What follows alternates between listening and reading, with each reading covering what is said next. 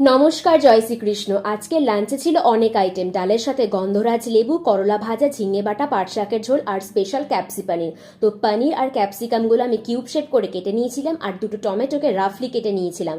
তারপর আদা, কাঁচা লঙ্কা আর টমেটোর একটা স্মুথ পেস্ট করে নিয়েছিলাম। শুকনো খোলা জিরে ভেজে রেখেছিলাম, এটা আমি পরে তরকারির মধ্যে অ্যাড করে দেবো। তারপর কড়াইয়ের মধ্যে সর্ষের তেল দিয়ে আগে থেকে নুন আর হলুদ দিয়ে মাখানো পনিরগুলো ভেজে তুলে নিয়েছিলাম। তারপর ক্যাপসিকামটাও হালকা নুন দিয়ে ভেজে তুলে নিয়েছিলাম। কড়াইয়ের মধ্যে তেজপাতা, শুকনো লঙ্কা ফোড়ন দিয়ে আলুগুলো ফ্রাই করে সেই টমেটো, আদার, কাঁচা লঙ্কার পেস্টটা দিয়ে দিয়েছিলাম।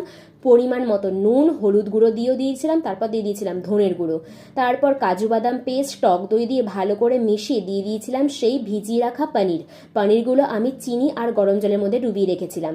তারপর তরকারিটা একটু ফুটে গেলে দিয়ে দিয়েছিলাম গরম মশলা আর ধনের গুঁড়ো আর সেই ভেজে রাখা ক্যাপসিকামগুলো। তারপর গ্রেভি ঘন হয়ে গেলে নামিয়ে নিয়েছিলাম। রেডি আমাদের ক্যাপসি পানির। ভিডিও ভালো লাগলে লাইক করে দিও। রাধে রাধে।